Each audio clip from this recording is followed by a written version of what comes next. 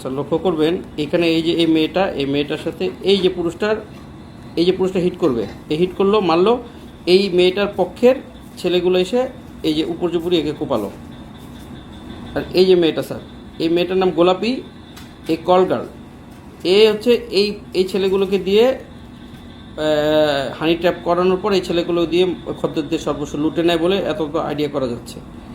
এখন এই অবস্থায় সেই সাংবাদিক এই রাস্তার কোনো একটা জায়গা থেকে তাদের ভিডিওটা তুলে, তখন এরা ওনাকে ভিডিওটা ডিলিট বা না করার অনুরোধ করলে ও যখন শুনে না, এই যে এরকম মানে ভিডিওর জন্য যখন শুনবে না, তখনই এইগুলো যে উত্তেজিত হয়ে ওই লোকটাকে, যে সাংবাদিক, তাকে কোপায়।